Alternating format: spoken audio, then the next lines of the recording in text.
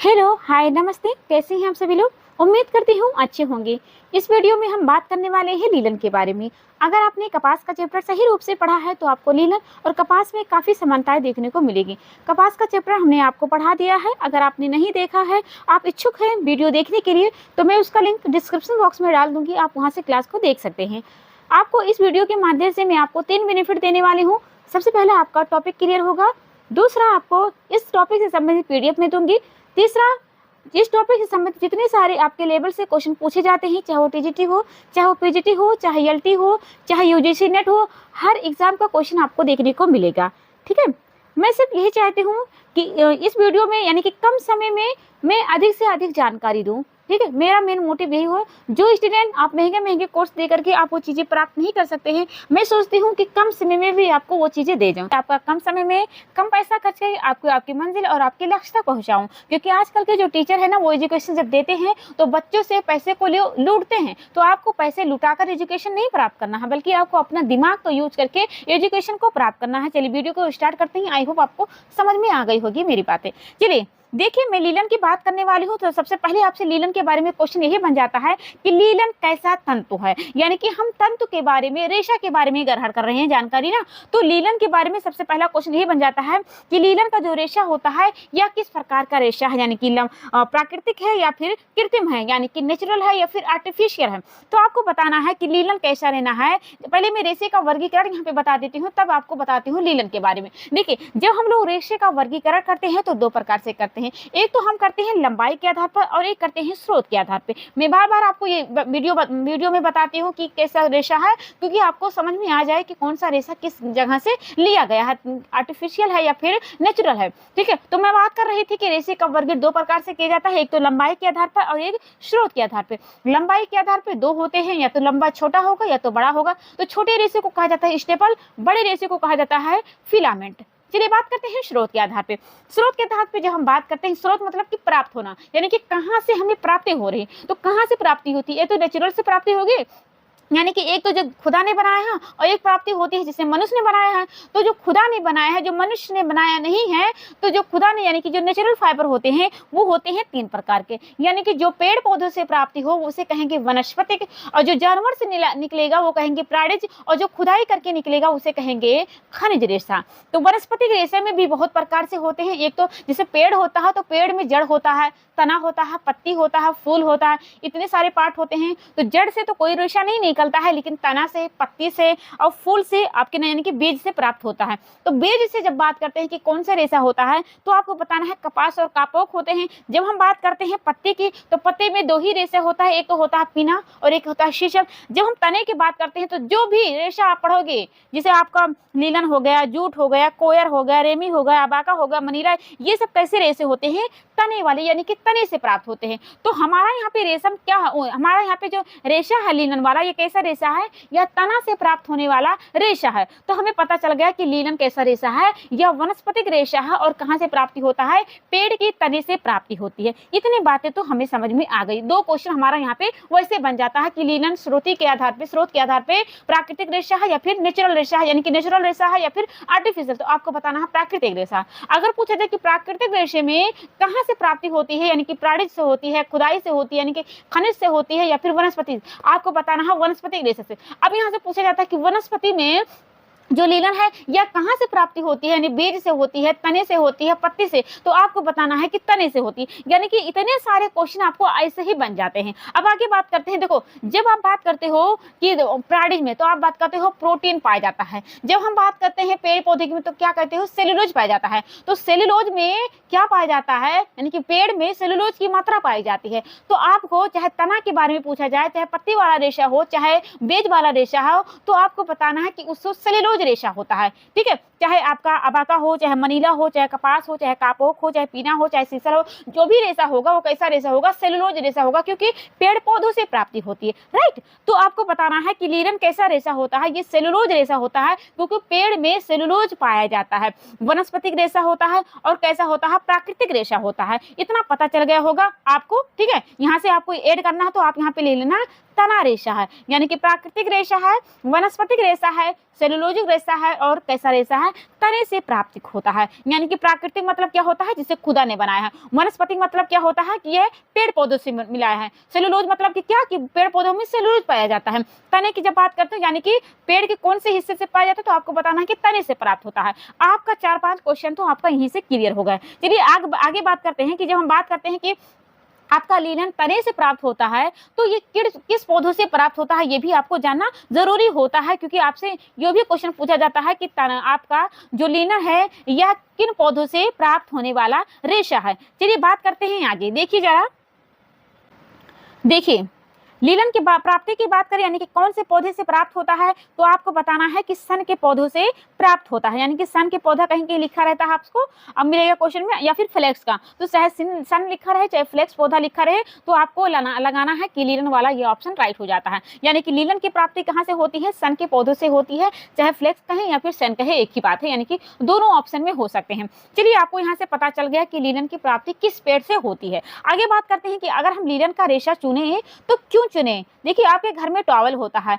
यानी कि जो भी ऐसी चीजें होती हैं जो जिसमें पानी सोखने की क्षमता होती है, वो लीलन का कपड़ा होगा, चाहे वो किचन का टॉवल होगा, चाहे वो नहाने वाला होगा, ठीक है, जो भी कपड़ा होगा आपके घर में जो पानी को ज्यादा सोखता है, तो इसका मतलब कि वो लीलन वाला कपड़ा है। भले ही आप कपड़े का पहचान नहीं कर पाते हो, लेकिन अगर आपको चेक करना है कि कौन सा रेशा है, अगर आप 4-5 कपड़ा ले लो और आप जाकर के बाल्टी में भिगो दो, अगर वो कपड़ा ज्यादा पानी को सोख लेता है, इसका मतलब वो क्या है, लीलन का कपड़ा है। जैसे आपका टॉवल हो गया, टॉवल कैसा कपड़ा होता है, लीलन का कपड़ा होता है। तो अब बात करते हैं कि लीलन की जो पहचान है, उसकी गुणवत्ता है, उसकी एक पहचान होती है ना, तो किस नाम से जानी जाती है। अगर मैं बात करूं, यह लीलन क्या होता है, पवित्र रेशा, यानी कि प्राचीनतम समय में जो आपका लीलन है, यह क्या होता है, धार्मिक महत्व बहुत माना जाता था, क्योंकि जो ग्रंथ थे, खास करके जो लीलन के कपड़ा होता है उसमें लपेटा जाता। इसके अलावा जो मम्मी होती थी, यानी कि जो आदमी मर जाते थे पहले जमाने में, तो लीलन के कपड़े से उसको कवर करते थे। लीलन का कपड़ा जो होता था बहुत ज्यादा दिन तक के चलता, इसमें कीड़े फफूंदी जल्दी नहीं लगते थे, ठीक है। तो लीलन के कपड़े में क्या करते थे, मम्मी को लपेटते थे। यानी कि जो लीलन की उत्पत्ति है, हमें इसका ज्यादा इतिहास तो ज्ञात नहीं होता है, लेकिन हमें यह जरूर पता चलता था कि जो बाइबिल के हो गया ग्रंथ, बहुत सारे जो ग्रंथ होते थे उसको लीलन के कपड़े से जाकर के लपेटा जाता था।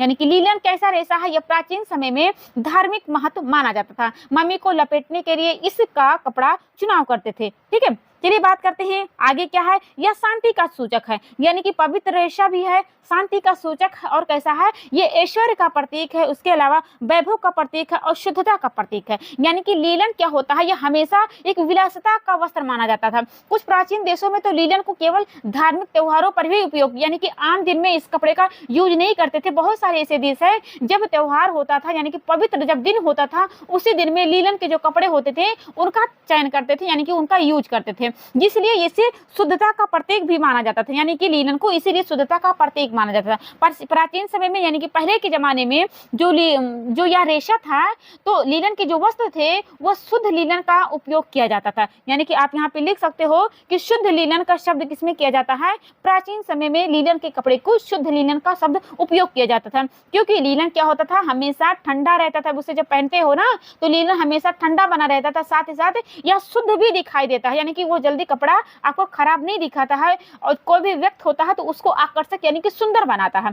तो आपको इस स्लाइड में इतना ही समझना था कि अब कैसा रेशा आपको बताना है, प्राकृतिक से प्राप्त होने वाला रेशा है, वनस्पति रेशा है, इसके अलावा वनस्पति में कैसा रेशा है, सेलुलोजिक रेशा होता है या तने से प्राप्त होता है, कौन से तने से, तो आपको बताना है सन वाले यानी कि फ्लेक्स के पौधों से तैयार होता है। अगर मैं बात करूं कि इसकी गुणवत्ता यानी कि पहचान, इसकी क्या क्या क्वालिटी यानी कि किस किस नाम से जाना जाता है, तो आपको बताना है यह पवित्र रेशा होता है। पवित्र रेशा क्यों इसलिए है, क्योंकि पहले के जमाने में जो पवित्र ग्रंथ जैसे बाइबिल हो गया, मम्मी हो गए, इन सबको ढकने के लिए क्या करते थे, लीलन के कपड़े का चुनाव करते थे।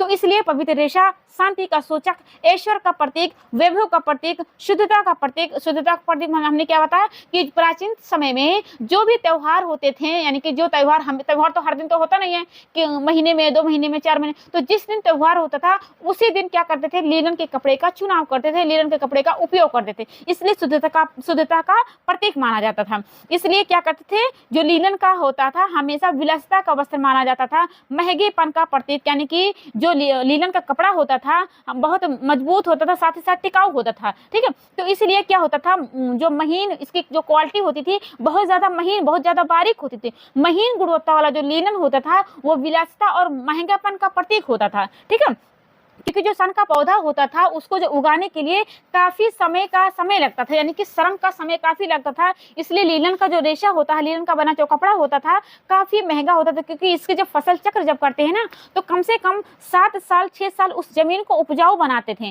तब उसके बाद में फसल का निर्माण करवाते थे, यानी कि बीज लगाते थे। जब कोई पौधा आप 7 साल 6 साल यानी कि उसकी खेती की, उनकी उसकी उपजाऊ हुई बनाओ, उसमें बीज लगाओ ही नहीं, तो आप सोचो जब फसल तैयार होकर आएगा तो कितना महंगा होगा। तो इसीलिए इसे महंगेपन का प्रतीक माने, क्योंकि ये कैसा रेशा है आपको बताना है, श्रम साध्य रेशा है, क्योंकि इसमें एनर्जी बहुत ज्यादा लगती है, टाइम भी बहुत ज्यादा लगता है। ठीक है, आपको इस स्लाइड में बस इतना ही समझना था। चलिए आगे बात करते हैं। आप देखिए यहाँ पे लिखा है सब रेशों से खास क्यों। जैसे कि आप पढ़ते हो कपास, रेशम, जूट, ठीक है, बहुत सारे रेशे होते हैं।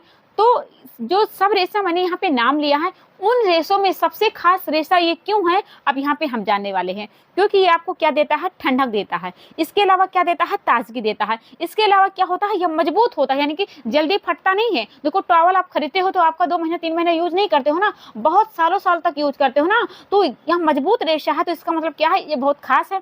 उसके अलावा क्या होता है, यह शुद्ध दिखता है, यानी कि यह जो कपड़ा होता है लीलन का, जब इसको पहनते हो ना तो किसी के सामने अपने दर्पण में देखोगे ना तो आपका लुक निकल के बहुत आकर्षक और सुंदर दिखाई देगा। तो आपको बताना है कि सब रेशों से खास क्यों है। देखो कपास और जो लीलन है ना, इसमें समानता बस ये होता है कि आपका जो लीलन का रेशा है यह बहुत ज्यादा ठंडक देता है, पानी सोखने की क्षमता बहुत ज्यादा होती है। और वहीं पे आप सूती वाला देखते हो तो उतना पानी को नहीं सोखता है, उतना ठंडक भी नहीं देता है जितना आपका लीलन देता है। लेकिन कपास को ज्यादा यूज, यानी कि सूती वाले कपड़े को यूज क्यों ज्यादा करते हैं, क्योंकि जो कपास है वो कैसा रेशा है, सार्वभौमिक रेशा है। इसके अलावा कैसा रेशा है, सस्ता रेशा है, यानी कि हर कोई उस कपड़े को खरीद सकते हैं, यानी कि जो कोई उच्च वर्ग का है, कोई निम्न वर्ग का है, कोई अमीर है, कोई गरीब है, हर कोई उस कपड़े का चयन कर सकता है। लेकिन जो लीलन का कपड़ा होता है वह हर कोई यूज नहीं कर सकता है, क्योंकि यह कैसा रेशा है, यह महंगेपन वाला है, यानी कि बहुत ज्यादा महंगा है। महंगा क्यों है, क्योंकि जब इसकी खेती की जाती है तो बहुत ज्यादा समय लगता है। अब भाई जब जो चीज में ज्यादा समय लगेगा तो वो चीज अपने आप महंगाई हो जाएगी, क्योंकि हमने आगे आपको बताया है कि जब इसकी खेती की जाती है तो 6-7 साल सिर्फ जमीन को उपजाऊ बनाते हैं, उसमें खाद डालते हैं, जुताई करते हैं, यानी कि उपजाऊ लीलन की खेती के लिए उसको क्या बनाते हैं, उस लायक बनाते हैं, तब जाकर के लीलन का बीज लगाते हैं। तो जो चीज इतना ज्यादा प्रोसेस में होगा तो वो चीज अपनी ज्यादा ही महंगी हो जाएगी। इसलिए कैसा रेशा है, महंगेपन। अब महंगा इतना ज्यादा है तो इसलिए उसका ज्यादा चुनाव नहीं कर पाते। जो लोग अमीर होते हैं वही लोग क्या करते हैं, इस कपड़े का चुनाव करते हैं। तो आपको बताना ये ठंडक हमें देता है, यानी कि बहुत ज्यादा। देखो गर्मी में क्वेश्चन में आप पहने हो, आपका पसीना निकल रहा है, तो पसीना क्या अगर कपड़े को सूख लेगा। अब जब कपड़े को सूख लेगा तो इसका मतलब क्या होगा, कपड़ा ठंडा हो जाएगा, बस बात यही होती है। इसके अलावा क्या करता है, ताजगी देता है, कपड़ा बहुत मजबूत होता है। क्यों मजबूत होता है, क्योंकि इसकी जब बुनाई की जाती है तो बहुत बारीक होती है, बहुत महीन गुणवत्ता वाला होता है और शुद्ध दिखाई देना, क्योंकि आप इसको कपड़ा पहनोगी ना तो बहुत शुद्ध, यानी कि आपको क्या दिखाई देगा, आपका लुक एकदम आकर्षक वाला दिखाई देगा। बस आपको इतना ही जानना था खास क्यों है। अब आगे बात करते हैं कि लीलन की भूमि देश कौन है, यानी कि आपसे ये भी क्वेश्चन पूछा जाता है कि लीलन की भूमि का देश कौन है। आपको बताना है मिस्र देश है। यानी कि देशों को लेकर के बहुत कंफ्यूजन हो जाता है, अलग अलग रेशा पढ़ते जाओगे तो अलग अलग रेशों में अलग अलग देश आएगा नाम, ठीक है। तो आपको याद रखे रहना है कि कौन से देश में क्या उगाई जाती है, किस देश में। जैसे आप रेशम को पढ़े तो रेशम का जन्मदाता देश कौन था, चीन था। अब यहाँ पे बात करने वाले हो कि लीलन का भूमि देश क्या है, तो आपको बताना है कि मिस्र देश है। आगे अब अगला जानो कि उत्पादन कहाँ से होता है। यानी कि अभी तक आपने जाना कि लीलन की भूमि वाला देश कौन सा है, आपने बताया मिस्र में। अब मैं बताती हूँ कि लीलन की उत्पादन देश कौन है। आपको बताना है देश जो है रूस है। यानी कि लीलन की जो खेती सबसे ज्यादा की जाती है, आपको बताना है रूस में। रूस में खेती क्यों की जाती है, क्योंकि रूस में लीलन के लिए जो खेती होती है सबसे बेहतर होती है, क्योंकि वहाँ पे जो मौसम होता है, जलवायु होता है, वह लीलन के अकॉर्डिंग होता है। यानी कि समशीतोष्ण जलवायु होती है, पानी साफ ताजा होता है। उसके अलावा जो जमीन होता है वो कैसा होता है, भुरभुरी होता है। तो जब लीलन के लिए इतनी अच्छी क्वालिटी का हो जा जमीन, तो भाई वहाँ पे खेती भी अच्छी की जाएगी। तो इसी कारण जो होता है उत्पादन देश यानी कि जहाँ ज्यादा खेती की जाती है वो बताना है रूस में। आगे बात करते हैं अच्छी गुण, यानी कि अच्छी क्वालिटी वाला जो रेशा होता है वो कहाँ से प्राप्त होता है लीलन का, आपको बताना है आयरलैंड में। देखिए जितना ज्यादा आपका अच्छा होगा, देखो जब लीलन की खेती की जाती है ना, अगर उसको सही से आप भिगाओगे नहीं, यानी कि जब उसको रेटिंग किया जाता है, उसको गलाया जाता है, उसको उखाड़ा जाता है, जब ये सब प्रक्रिया बहुत सावधानी से की जाती है, अगर इस प्रक्रिया में आपने सही से नहीं काम किया है तो आपका जो रेशा होगा वो अच्छी क्वालिटी का नहीं देगा। तो जो यहाँ पे अच्छी गुणवत्ता वाला देश माना जाता है वो आयरलैंड में, क्योंकि यहाँ पे जो खेती की जाती है एकदम लीलन के क्वालिटी के अकॉर्डिंग की जाती है, यानी कि अच्छी गुणवत्ता वाला हमें लीलन का रेशा प्रदान करते हैं। तो आपने क्या जाना कि सब रेशों से खास क्यों है, क्योंकि ये ठंडक देता है, ताजगी देता है, मजबूती रेशा होता है, शुद्ध दिखाई देता है, श्रम साध्य रेशा होता है। ठीक है, आगे बात करते हैं लीलन की भूमि का देश कौन है, आपको बताना है मिस्र में। उत्पादन देश कौन है, रूस में है। अच्छी गुणवत्ता वाला देश है कौन, आपको बताना है आयरलैंड में। अब आगे बात करते हैं, अब यहाँ पे ध्यान देखिए,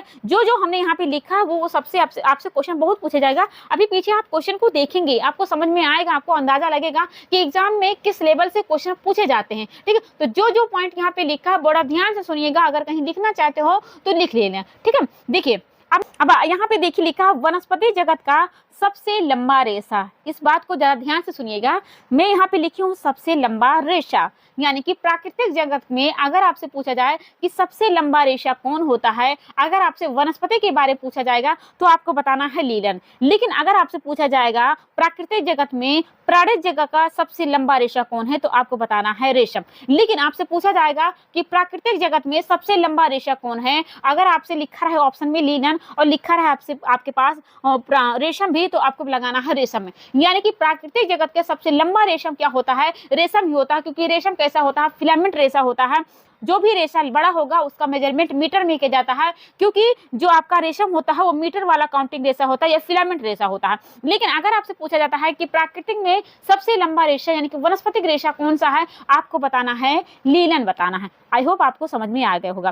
तब यहाँ पे पूछा जाएगा कि वनस्पति में सबसे लंबा रेशा कौन होता है, तो आपको बताना है लीलन होता है। लीलन की जो लंबाई होती है कितनी होती है, आपको बताना है 10 से 20 इंच होती है। मैंने यहाँ पे इंच क्यों लिखा है, मीटर क्यों नहीं लिखा, क्योंकि जब मीटर में मेजरमेंट किया जाता है तो वो फिलामेंट कहलाता है, जब स्टेपल का मेजरमेंट किया जाता है तो इंच में होता है। यानी कि जो इंच में मेजरमेंट होगा उसे स्टेपल कहेंगे और जो मीटर में मेजरमेंट होगा उसे कहेंगे फिलामेंट। तो आपको बताना है कि लीलन क्या होता है, एक स्टेपल रेशा होता है, लेकिन यह वनस्पतिक जगत का सबसे लंबा रेशा होता है, जिसकी लंबाई होती है 10 से 20 इंच होती है। ठीक है, आगे बात करें, अगर ऑप्शन में लिखा रहे 10 से 20 मीटर, 10 से 20 इंच, 10 से मीटर कुछ भी लिखा रहे तो आपको मीटर इंच ये सब देख लेना है। ठीक है, भले ही 10 से 20 लिखा रहा है, 10 से 20 लिखा रहा है, लेकिन मीटर इंच को जरा ध्यान से देखिएगा, क्योंकि आपको यहाँ पे कंफ्यूजन हो सकता है। देखिए अब बात करते हैं लीलन के तने में गोद। देखिए जब लीलन की खेती की जाती है, ठीक है, जो लीलन का धागा होता है, तो लीलन का धागा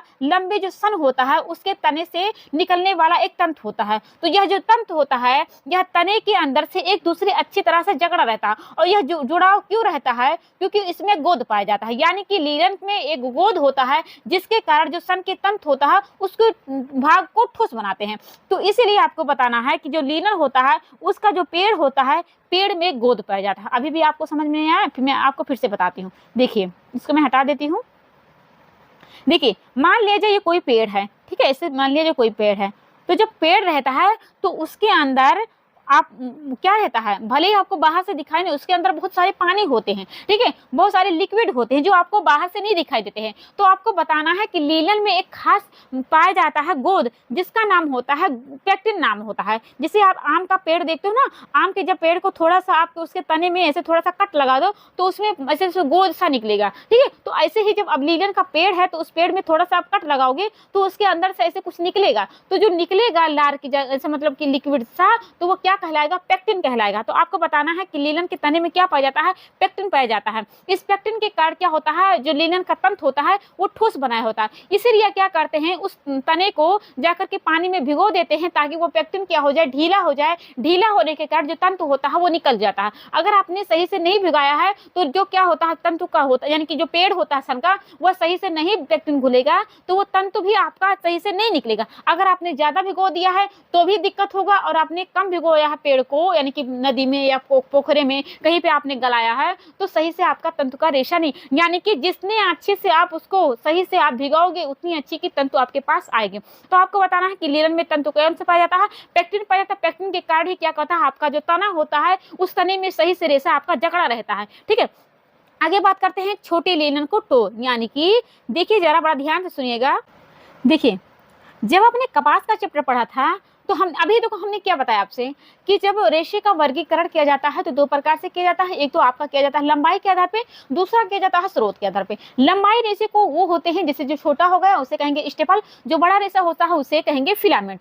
यहाँ पे आपको बताना होगा, अगर मैं आपसे ऐसे ही पूछेंगे यानी छोटा बड़ा तो आप फिलामेंट और स्टेपल, लेकिन जब आपसे रेशे के बारे में पूछा जाए, चाहे आपसे कपास के बारे में पूछा जाता है कि कपास के छोटे रेशे को क्या कहा जाएगा, तो आपको स्टेपल या फिर फिलामेंट नहीं कहना पड़ेगा, बल्कि आपको क्या कहना पड़ेगा, आपको नॉइल्स कहा पड़ेगा, यानी कि जो कपास का छोटा तंतु होता है उसे कहा जाता है नॉइल्स।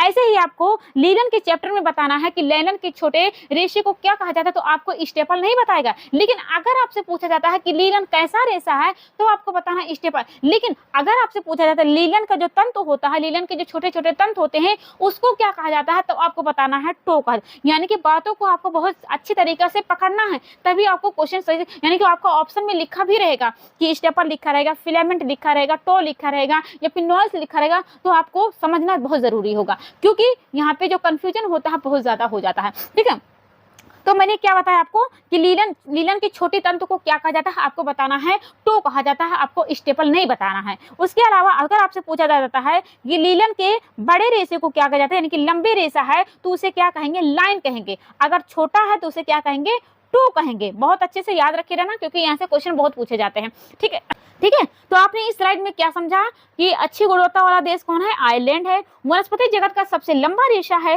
वो कौन सा है, 10 से 20 इंच का रेशा है, वो कौन सा है, लीलन है। अगर मैं बात करूं कि लीलन के तंतु में कौन सा गोद पाया जाता है, आपको बताना है पेक्टिन। अगर मैं बात करूं कि लीलन के छोटी तंतु को क्या कहा जाता है, आपको बताना है टो। लीलन के बड़े तंतु को क्या कहा जाता है, आपको बताना है लाइन। बस आपको इतना ही याद करना है। आगे बात करते हैं। अब हम लोग आगे बात करते हैं। अभी तक हमने पीछे जाना कि लीलन कैसा रेशा होता है, लीलन में क्या गोद पाया जाता है, इसकी फसल चक्र क्या होता है, जलवायु कैसी होनी चाहिए, उत्पादन कहाँ प्रथम स्थान है। ठीक है, बहुत सारे हमने अच्छी, इसकी खास कला क्यों है, क्यों हम इसका चयन करते हैं, महंगा क्यों है।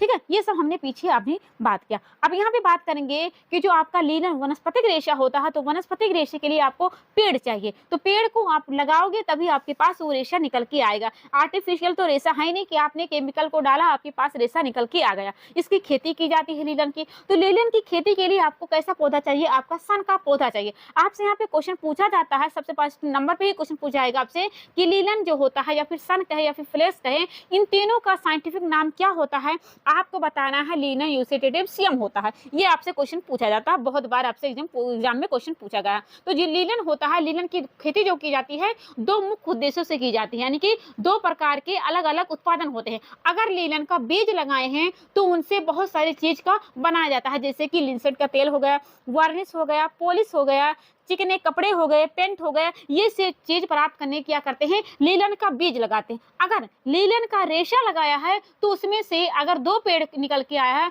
अगर एक पेड़ पे सफेद फूल खिला है तो इसका मतलब कि निम्न क्वालिटी के वाला लीलन प्राप्ति करेगा। लेकिन अगर दूसरे पेड़ में अगर नीला फूल निकला है तो इसका मतलब होता है कि वो जो फूल है वो हमें ये संकेत देता है कि ये जो पेड़ है लीलन का, यह उत्तम क्वालिटी का लीलन होगा। ठीक है, तो लीलन के पेड़ से हमें दो प्रकार की चीजें प्राप्त होती हैं, एक तो बीज लगाएंगे और एक तो रेशे लगाएंगे। जब बीज लगाएंगे तो बहुत सारी चीजें आपके पास आएंगी, जैसे कि लिनसेट का तेल हो गया, उसके अलावा तेल हो गया, चिकने कपड़े हो गए, पॉलिश हो गया, वार्निश हो गया। ठीक है, बहुत सारे आपको क्या होगा निर्माण उपयोग में लाया जाता है। उसके अलावा हमने क्या बताया, रेशे से प्राप्त करेंगे। तो अगर नीला फूल वाला है पेड़ तो इसका मतलब है कि उत्तम क्वालिटी का है। अगर उसके अलावा अगर सफेद फूल का है तो इसका मतलब है कि निम्न क्वालिटी का लीलन हमें प्रदान करेगा। अब आपके पास लीलन के जो पौधे होते हैं वो आपके पास चयन करने के मिल गए। अब आगे बात करते हैं लीलन की प्रक्रिया। अब यहाँ से क्वेश्चन आपसे बहुत पूछा जाता है, अभी तक हमने पीछे बताया वो तो पूछा ही जाता है, वो वन लाइनर का क्वेश्चन आता है। लेकिन यहाँ से आपसे जो क्वेश्चन पूछे जाते हैं आपसे बहुत ज्यादा पूछे जाते हैं। यहाँ पे कंफ्यूजन आपको बहुत ज्यादा होगा, क्योंकि वो तो समझने वाला था, ये तो आपको याद करने वाला था। सबसे पहले क्या करते हैं, बोते हैं, यानी कि सन का पौधा बोते हैं। तो सन के पौधा बोने के लिए क्या करना पड़ेगा, आपको जमीन को देखना पड़ेगा, मौसम को देखना पड़ेगा। अगर जमीन क्या होगा, अच्छी होगी, भुरभुरी होगी, उतनी ही ज्यादा बेस्ट क्वालिटी का आपके पास पौधा निकल के आएगा। जाएगा। अगर मौसम गर्म मौसम में है तो उसकी जो गुणवत्ता होता है उस पे प्रभाव डालेगा। यानी कि मौसम का भी चयन करना चाहिए। मौसम कैसा होना चाहिए? समशीतोष्ण मौसम होने चाहिए। पानी की व्यवस्था कैसी होनी चाहिए? ताजी होनी चाहिए, साफ होनी चाहिए, सुथरी होनी चाहिए।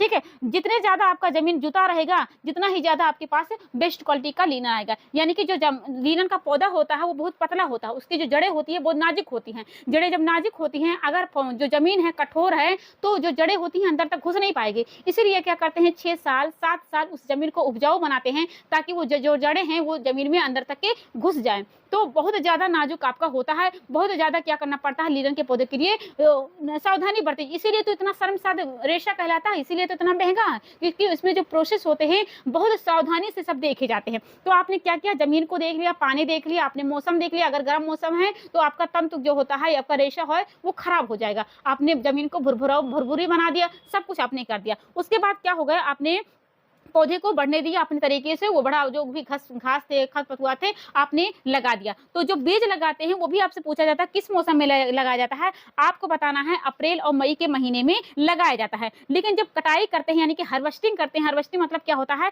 कटाई करना यानी कि पौधे को काटना। तो पौधे को जब कटाई की जाती है तो अगस्त के अंत महीने में क्या करते हैं, फलस के पौधे की कटाई की जाती है। लेकिन फलस का जो पौधा अगर भूरा रंग का है तब हमें यह प्रदर्शित करता है कि जो आपका फलस का पौधा है अब काटने के मतलब काटने के लायक हो गया है। तो उसी समय क्या करते हैं, कटाई कर लेते हैं। अगर इसी समय कटाई ना करें तो क्या हो जाएगा, आपको जो तंतु होता है अच्छा नहीं निकल गया। ठीक है, तो आपका जो अगर इसी अवस्था में आपने देरी कर दी है तो आपका जो तंतु होगा उसकी जो चमक होती है, उसका जो उसमें जो टेक्सचर पाया जाता है वो क्या हो जाएगा, नरम हो जाएगा। तो जो आपके पौधे होती हैं लीलन का, उसको क्या करते हैं हाथ के तरीके, हाथ से या फिर मशीन से, आजकल तो वो सारे मशीन हो गए हैं, तो उस मशीन से क्या करते हैं पौधे को निकाल लेते हैं। अगर हाथ से निकालना है तो बहुत सावधानी से निकालते हैं। अगर सावधानी से नहीं निकाला है तो उसमें जो भी द्रव पाया जाता है, पेक्टिन गोंद पाया जाता है, वो टूट जाएगा, यानी कि उस पेड़ में निकल जाएगा। और निकल जाएगा तो उसकी जो तंतु होता है अच्छी गुणवत्ता वाला आपके पास नहीं निकल के आएगा।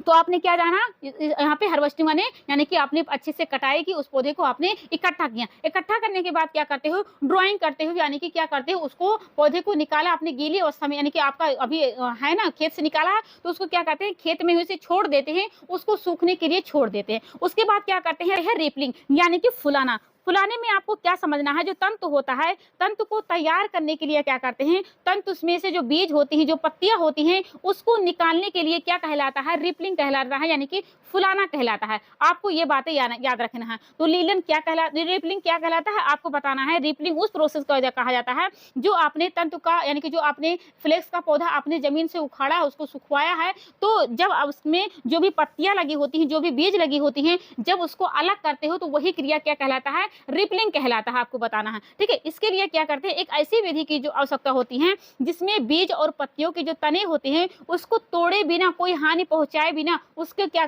किया जाए, उसको निकाला जा सके। ठीक है, इसके लिए बहुत सारे प्रोसेस होते हैं। एक कंघी होती है, कंघी में क्या करते हैं, कंघी में डाल करके एक चौड़ी घिर्रियां होती हैं, उसके आपस में स्प्रिंग जुड़ी होती है, उसमें क्या करते हैं, उसको लीलन का पौधा ले जाकर उसमें क्या करते हैं, गुजारते हैं। जब वो गुजारते हैं ना तो क्या करता है, आपका पौधा आपके पौधा जो तना होता है वो निकल आता है, बाकी जो भी हिस्सा होता है खराब वाला यानी कि पत्तियां हो गई, बीज होता है, उसी कंघी में फंसा रह जाता है। ठीक है, अब जो आपका तना होता है उसके बंडल बना लेते हैं। अब बंडल बनाने के लिए क्या करते हैं, रेटिंग करते हैं। रेटिंग यानी कि अब आपने क्या किया, रिपलिंग वाले प्रोसेस में जो भी पेड़ था, जो भी आपके पास फ्लेक्स का तना था, उस तने में जो भी अनबन चीजें थी, बीज था, पत्ती थी, ठीक है, तो आपने उसको निकाल दिया। और आपके पास क्या है, तना है। उस तने को क्या करते हैं, तने में जो भी तंतु होता है उस तंतु को निकालने के लिए क्या करते हैं, रेटिंग का प्रोसेस करते हैं। तो रेटिंग मतलब क्या होता है, गलाना होता है, हिंदी में इसे गलाना कहा जाता है। तो क्या करते हैं, रेटिंग वाले प्रोसेस में जो भी फ्लेक्स का पौधा होता है, उस जो तना होता है, तने में तंतु निकालने के लिए ही रेटिंग का प्रोसेस करते हैं। देखिए हमने क्या बताया आपको शुरू में,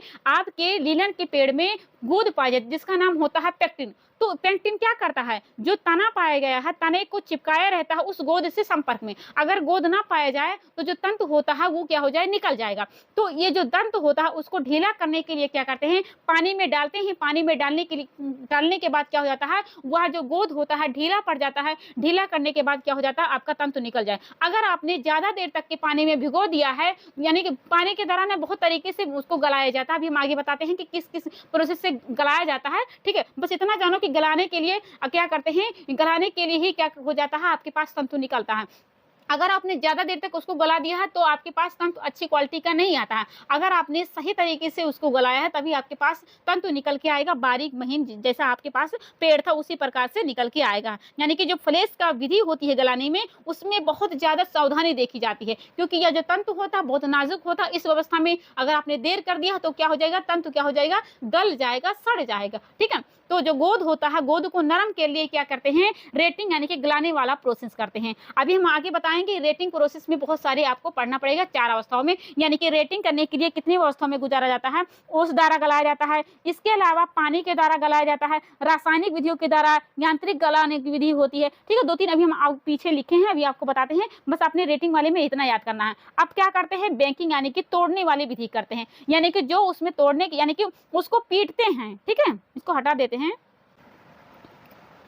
देखिए, अब आपने क्या किया, रेटिंग वाले प्रोसेस में गला दिया। अब रेटिंग वाले प्रोसेस में जब आप उसको पौधे को निकालोगे बाहर, तो आपका जो तंतु होता है, यानी कि आपका जो, अब देखिए ब्रेकिंग, यानी कि जब आपने रेटिंग वाले प्रोसेस में क्या किया था, गलाया था। आप चाहे आपने यांत्रिक विधि से किया, आपने रासायनिक विधि से किया, आपने ओस के तरीके से किया, आपने लकड़ी के बर्तन में किया, किसी भी तरीके से आपने क्या किया, रेटिंग वाले यानी गलाने की प्रक्रिया वाला प्रोसेस किया। अब क्या करते हो, ब्रेकिंग करते हैं, यानी कि जो पौधा होता है, पौधे में जो तंतु लोग है उसको क्या करते हैं, डंडे से पीटते हैं। यानी कि डंडे से जब उसको पीटेंगे तो क्या होता है, उसमें जो भी रेशा होता है वो निकल जाएगा। यानी कि जब ऐसे कोई डंडा है ऐसे, ठीक है, आप अपने घर में आजमा सकते हो, आप डंडे को ऐसे बार बार मारोगे ना, तो उसमें जो भी चीजें होती हैं वो निकल जाएंगी, उसमें जो रेशा होगा उसमें जो भी टूट जाएगी। ठीक है, तो क्या होता है, तोड़ने वाली विधि में जब जो लकड़ी होती है वो शुष्क हो जाती हैं, तो इन्हें नालीदार लोहे में क्या कहते हैं, रोल्स के माध्यम में निकाल करके इसको तोड़ा जाता है। इस तोड़ने की क्रिया में जो तंतु होते हैं उसके छोटे छोटे टुकड़े हो जाते हैं, और जो ये क्रिया की जाती है हाथ के द्वारा की जाती है। ठीक है, इस प्रक्रिया में खास तौर पे जो तंतु होते हैं वो छोटे और टुकड़े, यानी इसमें क्या हो जाते हैं, छोटे छोटे केक के समान टुकड़े हो जाते हैं। अब आगे बात करते हैं, अब क्या करते हैं, पीट पीट कर अलग करते हैं, यानी कि अब इतना पीटते हैं कि जो जंतु होता है वो अलग हो जाए। ठीक है, उसके बाद में क्या करते हैं, कॉम्बी करते हैं, यानी कि अब जो आपके पास तंतु आया है, रेशा आया है, उसको क्या करते हैं, कंघी करते हैं, यानी कि जो टूटा फूटा रेशा है वो इधर उधर हो जाए और जो समांतर रेशा है आपके पास निकल के आ जाए। अब क्या करते हैं, आपके पास जो रेशा निकल के आया है उस रेशे को क्या करते हैं, कटाई करते हैं। कटाई करने के बाद क्या करते हैं, वीविंग करते हैं। ठीक है, तो हमने आपको क्या बताया है, फिर से हम आपको बता देते हैं। पहले आपने कल्टीवेशन किया, यानी कि आपने क्या किया, बीज को खेत में लगाया, उसके लिए आपने भूमि का चयन किया, 7 साल 8 साल आपने बीज की, आपसे पूछा जाएगा 7 साल या फिर 6 साल आपने बताना, जो भी ऑप्शन में लिखा ना, चाहे 6 साल चाहे 7 साल। तो इतने दिन में क्या करते हैं, जमीन को उपजाऊ बनाएंगे, जितने ज़्यादा जमीन उपजाऊ रहेगा उतना ज़्यादा आपके पास लीलन का अच्छी क्वालिटी वाला पौधा निकल के आएगा। अगर जमीन को आपके अगर एक साल में आप खेती करोगे ना, तो जमीन जो हो जाएगा वो कठोर हो जाएगा। अगर कठोर जमीन है तो आपके पास बेस्ट क्वालिटी का आपके पास लीलन नहीं आएगा, क्योंकि उसको जो जड़ें होती है बहुत नाजुक होती है।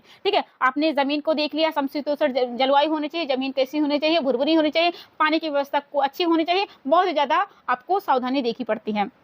अब क्या करते हो, हार्वेस्टिंग करते हो। हार्वेस्टिंग के लिए आप क्या करना पड़ते हैं, आपको अगस्त के मंथ में इस पौधे को कटाई करते हो। फ्लेक्स का पौधा जब भूरा रंग का हो जाता है तब क्या करते हैं, इसकी कटाई करते हैं। अगर कटाई के दौरान आपने अगर हाथ से कटाई किया है, हाथ से उस पौधे को निकाला, अगर तोड़ दिए हो आप, तो उसमें जो पेक्टिन होता है आपका निकल जाएगा। अगर पेक्टिन निकल गया तो अच्छी गुणवत्ता का आपके पास तंतु नहीं आया है। उसके बाद क्या करते हो, आपने पौधे को निकाल लिया, पौधे को निकालने के बाद क्या करते हो, उसको ऐसे बांध देते हो खेत में, ताकि वो क्या हो जाए, वो सूख जाए। सूखने के बाद क्या करते हो, आप ले जाते हो पानी, यानी कि रेपलिंग करते हैं। यानी कि रेपलिंग में क्या किया जाता है, जो भी पौधे में जो पत्तियां लगी होती हैं उस पत्तियों को तो निकालते हो, बीज जो होती है उसको निकाल देते। अब आपके पास क्या निकल के आएगा, अब आपके पास सिर्फ क्या होगा, तंतु निकल के आएगा। जो भी ये पत्तियां निकली थी इधर उधर जो भी इधर उधर निकल जाएगी, जो बीज थे, सिर्फ आपके पास वो क्या होगा, पेड़ यानी कि फ्लक्स का तना निकल के आएगा, क्योंकि ये तना वाला रेशा होता है, वैसे भी जानते हो आप। अब क्या करते हो, जो आपके पास तना था उस तने को क्या करोगे, रेटिंग करोगे, यानी कि गलाओगे। गलाने में बहुत ज्यादा सावधानी देखी जाती है। अगर आपने ज्यादा देर तक उसको गला दिया है तो क्या हो जाएगा, आपका जो तंतु होता है वो नष्ट हो जाएगा।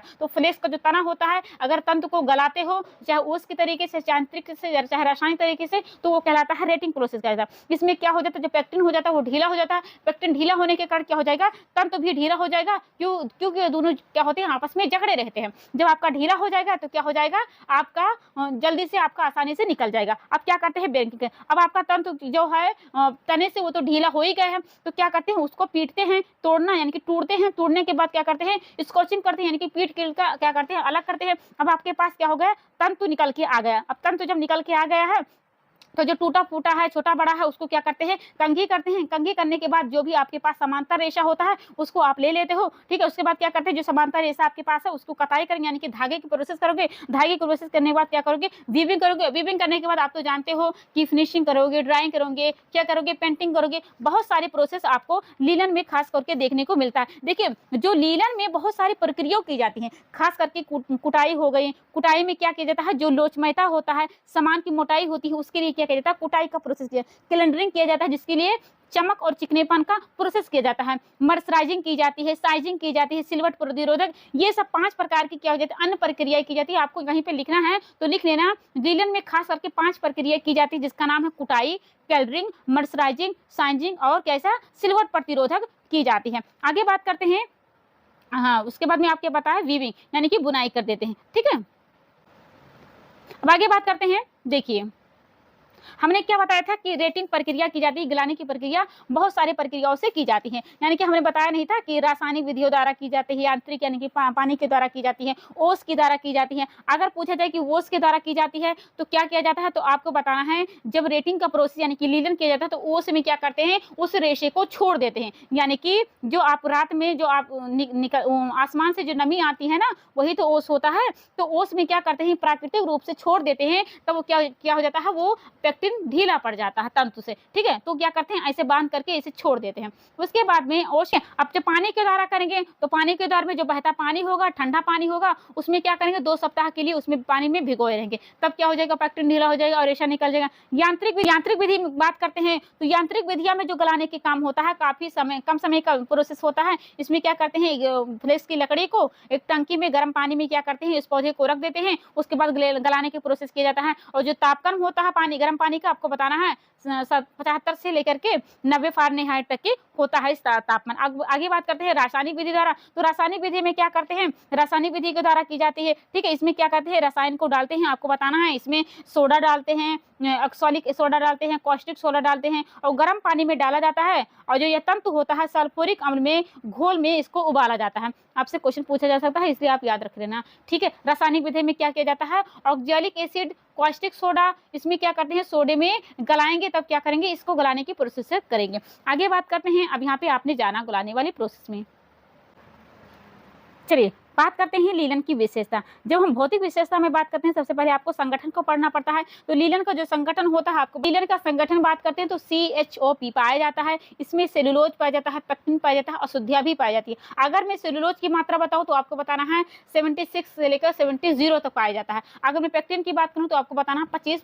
अगर अशुद्धियां बात करूं तो बाकी 5 से लेकर के 8% अशुद्धियां पाई जाती हैं, ठीक है। और जो शुद्ध लीलन होता है और कपास होती है, इन दोनों में जो संगठन होता है, काफी समानताएं करीब करीब मानी जाती है, यानी कि काफी समानताएं देखी जाती हैं। अगर कपास है, यानी कि जो कपास का सेलुलोज की मात्रा होती है, तो उसमें 5% तक कम होता है। अगर मैं बात करूं कि कपास लीलन में कितना पाया जाता है सेलुलोज, आपको बताना है 75 कहें या फिर 66 कहें, ठीक है। इसके अवरम पूछा जाता है। आगे बात करते हैं इसमें पेक्टिन की मात्रा, तो हमने बताया कि 25% तक पाया जाता है, ठीक है। बाकी है हिस्सा क्या होता है, पेक्टिन का पाया जाता है।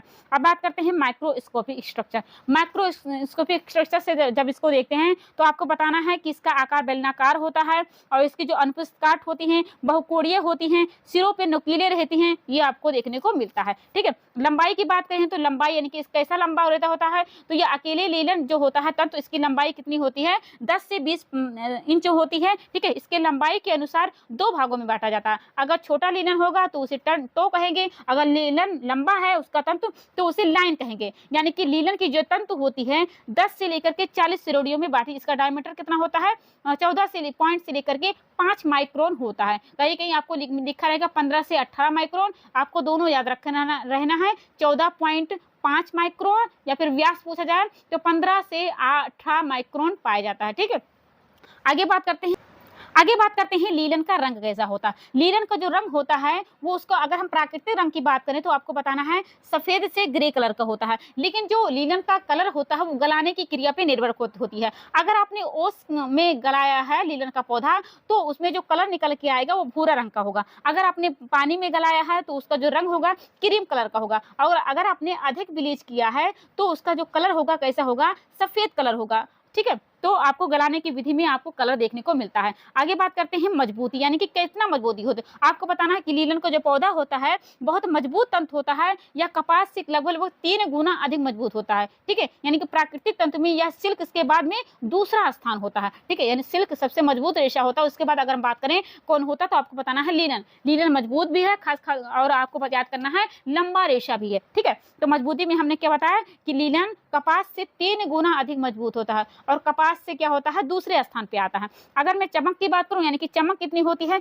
तो आपको बताना है महीन लीलन में सिल्क के समान क्या होती है, चमक पाई जाती है, और यह चमक बनी भी रहती है। ठीक है, आगे बात करते हैं लोचमयता। तो लीलन में कोई विशिष्ट लोचमयता नहीं होती है, यह सभी प्राकृतिक जो तंतु होते हैं सबसे कम लोचमयता वाला तंतु होता है। ठीक है, आगे बात करते हैं, यहाँ पे देखिए लिखा है रेसिस्टेंस, यानी कि इसमें जो प्रतिस्कंदता होता है वो कैसा होता है। आपको बताना है कि लीलन का जो तंतु होता है उसमें तंतु होता है तुलनात्मक रूप से कड़ा तंतु वाला होता है, तो इसमें जो प्रतिस्कंदता पाएगा वो कम देखने को मिलेगी। इसमें आसानी से सिलवट पड़ जाती है, क्योंकि इसमें इसके बावजूद भी गर्म के मौसम में इसको उपयोग में लाने के लिए उत्तम गुणवत्ता वाला वस्त्र माना जाता है। ठीक है, खास करके परिचर्या भी की जाती है, सिलवट प्रतिरोधक परिचर्या की जाती है। ठीक है, आपको बताना कि रेस्टिरेंस में क्या होता है, इसमें कमी देखी जाती है लीलन वाले रेशे में। लटकनशीलता की बात करें तो लटकनशीलता में आपको याद करना है जो आपकी लीलन का पौधा होता है, तो लीलन के वस्त्र होते हैं जो सूती वस्त्र की अपेक्षा में आकार में इसमें लटकनशीलता होती है, यानी कि अधिक मात्रा में सूती की अपेक्षा